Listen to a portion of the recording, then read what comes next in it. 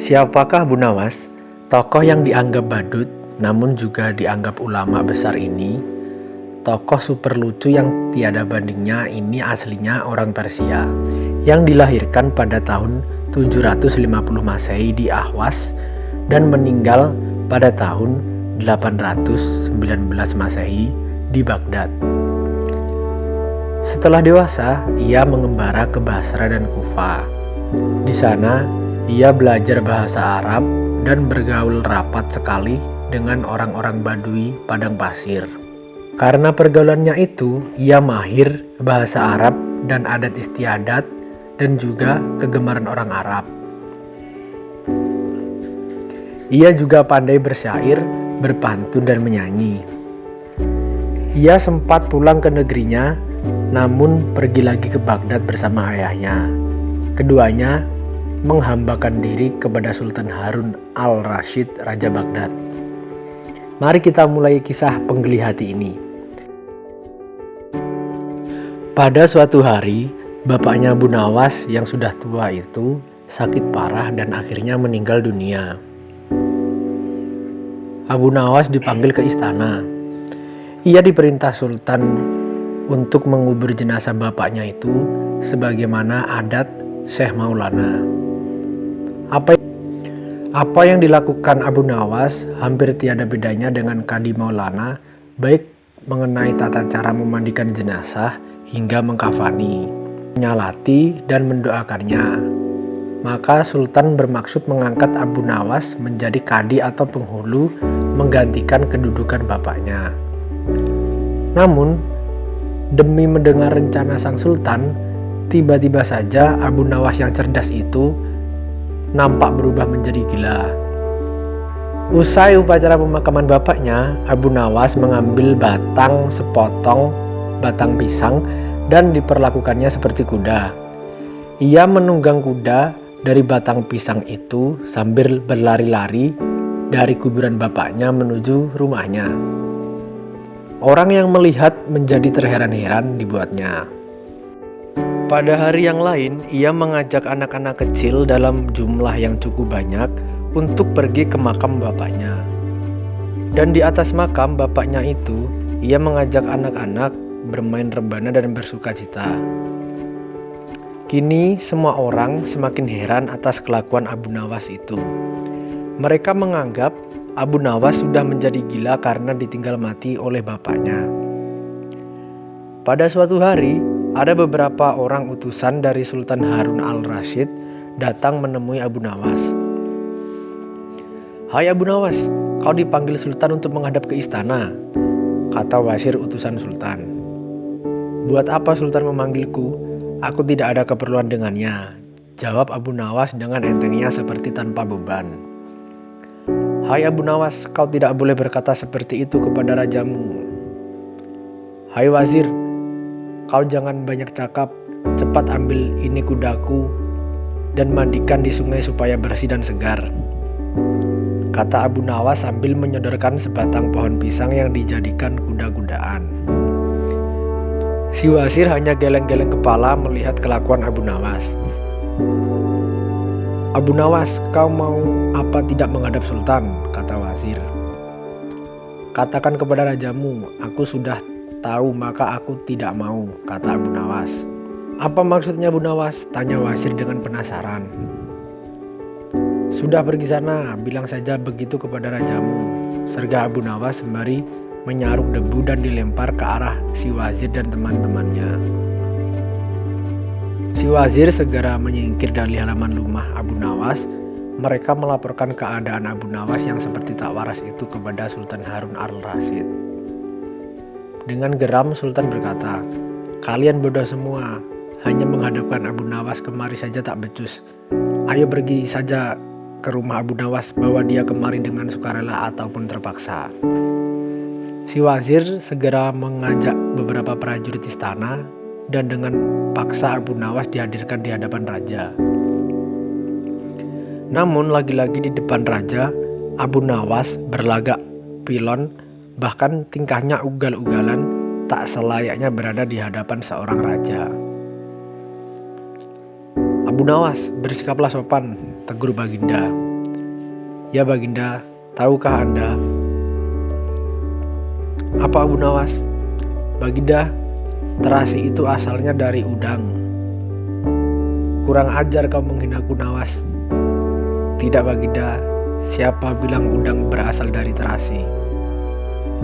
Baginda merasa dilecehkan, ia naik pitam dan segera memberi perintah kepada para pengawalnya. Hajar dia, pukul dia sebanyak 25 kali. Wah, Abu Nawas yang kurus kering itu akhirnya lemas tak berdaya dipukuli tentara yang bertubuh kekar. Usai dipukuli, Abu Nawas disuruh keluar istana. Ketika sampai di pintu gerbang kota, ia dicegat oleh penjaga. Hai Abu Nawas, tempo hari ketika kau hendak masuk ke kota ini, kita telah mengadakan perjanjian. Masa kau lupa pada janjimu itu? Jika engkau diberi hadiah oleh Baginda, maka engkau berkata, aku bagi 2. Engkau 1 bagian, aku 1 bagian. Nah, sekarang mana bagianku itu? Hai penjaga pintu gerbang, apakah kau benar-benar menginginkan hadiah Baginda yang diberikan kepadaku tadi?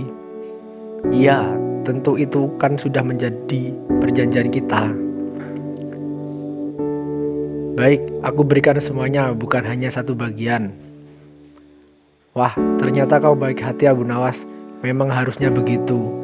Kau kan sudah sering menerima hadiah dari Baginda. Tanpa banyak cakap lagi, Abu Nawas mengambil sebatang kayu yang agak besar, lalu orang itu dipukulinya sebanyak 25 kali. Tentu saja orang itu menjerit-jerit kesakitan dan menganggap Abu Nawas telah menjadi gila.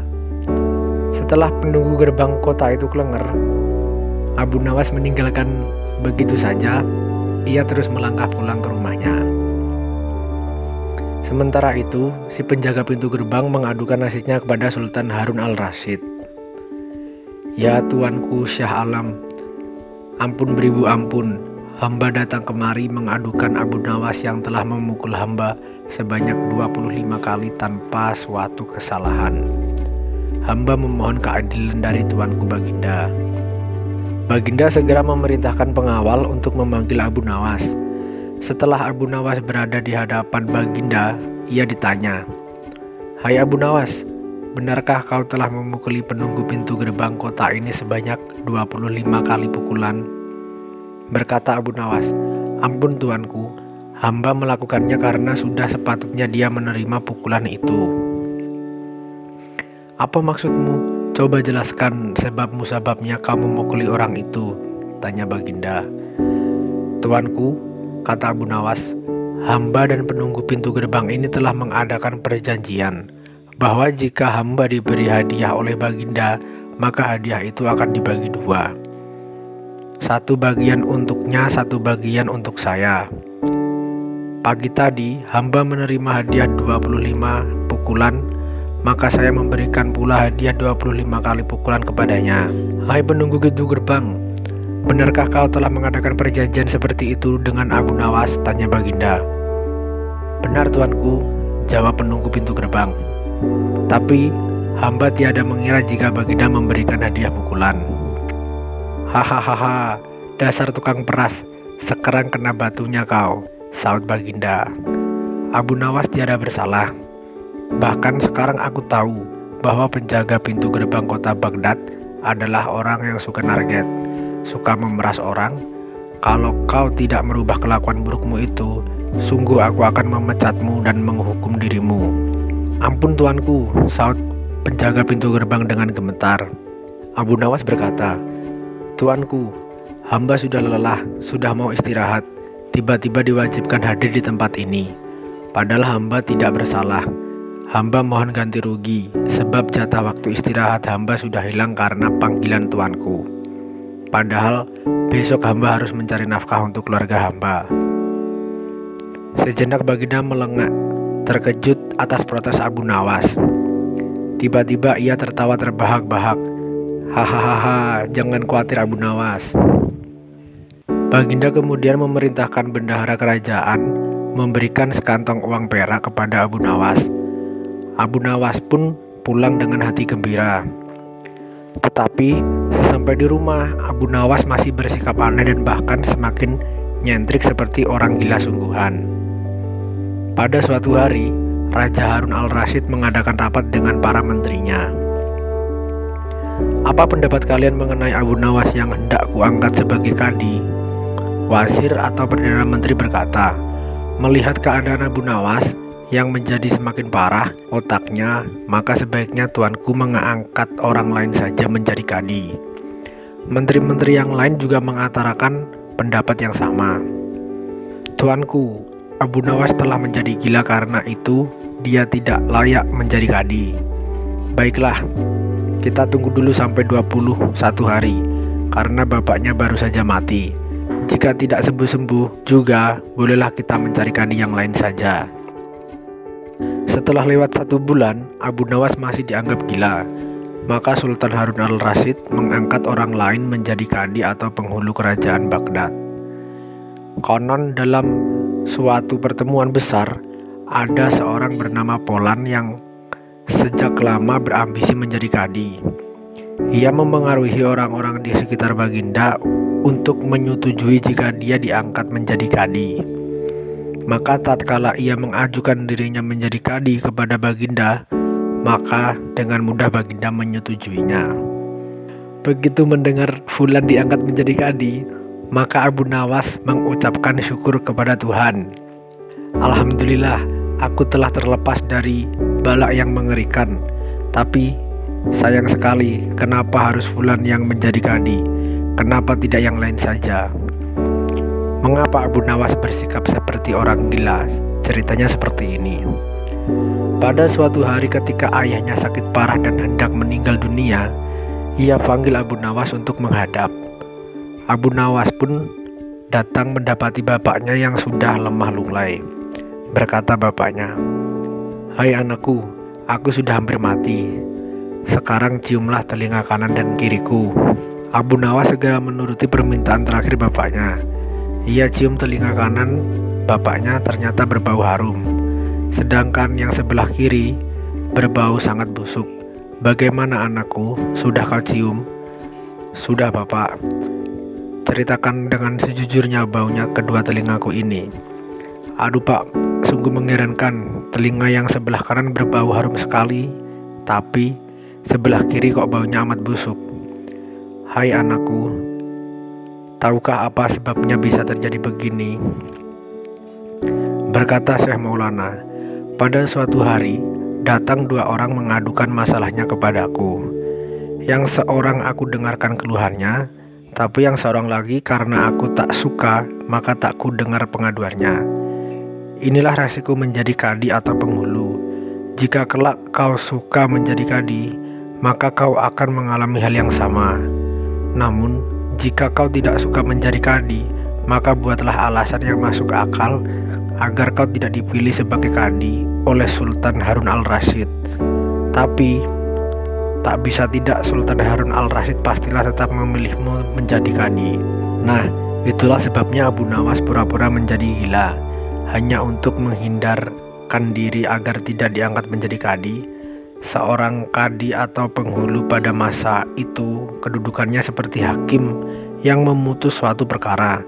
Walaupun Abu Nawas tidak menjadi kadi, namun dia sering diajak konsultasi oleh sang raja untuk memutus suatu perkara. Bahkan ia kerap kali dipaksa datang ke istana hanya untuk sekedar menjawab pertanyaan Baginda Raja yang aneh-aneh dan tidak masuk akal.